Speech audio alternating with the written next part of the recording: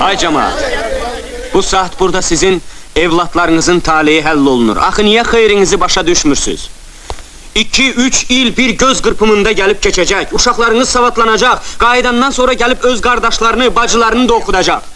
Axı nə vaxta qədər bizim balalar elə əlif zəbər ə, bey zəbər bə deyə qalacaq, nə vaxta qədər? Ay başınıza dönün. Onu da bilin ki, orada Qori seminariyasında oxuyan uşaqlar elə sizin kimi adamların balalarıdır. Axı niyə? Niyə elə gərək faytonçu oğlu hökmən fayton sürsün? Axı ne üçün elə gərək qəssab oğlu ömrü boyu əlində balta ət doğrasın? Axı ne üçün baqqal oğlu atası kimi ömrünü baqqallıqda çürütsün? Bəlkə uşaqlar bunu istəmir. Bəlkə onları Allah daha böyük işlər üçün yaradıb. Bəlkə elə gələcəkdə onlardan yaxşı müəllim, həkim, agronom olacaq, alim olacaq. Molla Sadıq təsdiq eləyər. Quranda yazılıb ki, bir olan Allah uşaqlarını oxutmaq istəməyən adamların hamısına qənim olur. Məsləhətiniz nədir? Qonağa nə cavab verək?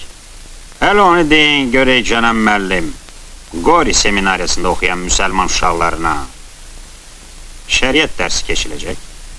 Əlbəttə, şübhəsiz.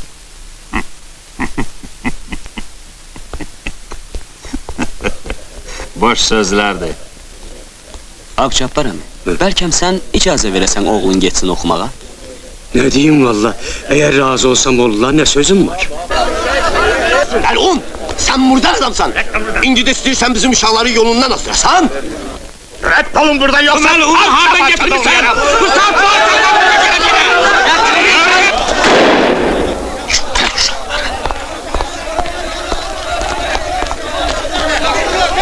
Tilkiyetler! Konuğa el kaldırırsınız, İçinin buradan! Gedək, heç belə gözləməzdim.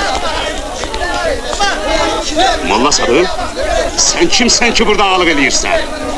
Ben hele ölmemişim ha! Eşittin? Buyur. Yaxşı iş görmürsən, Molla. Mən sizə minnətdaram bəy. Ancaq cemaatla söhbətimiz yarımçıq qaldı. Rəhmətliyin oğlu, az qalmışdı ki o dünyalıq olasan, nə söhbət bazlıqdır? O ki qaldı sənin o məktəbinə, bizim uşaqlarımız oxumasa da olar. Gedək.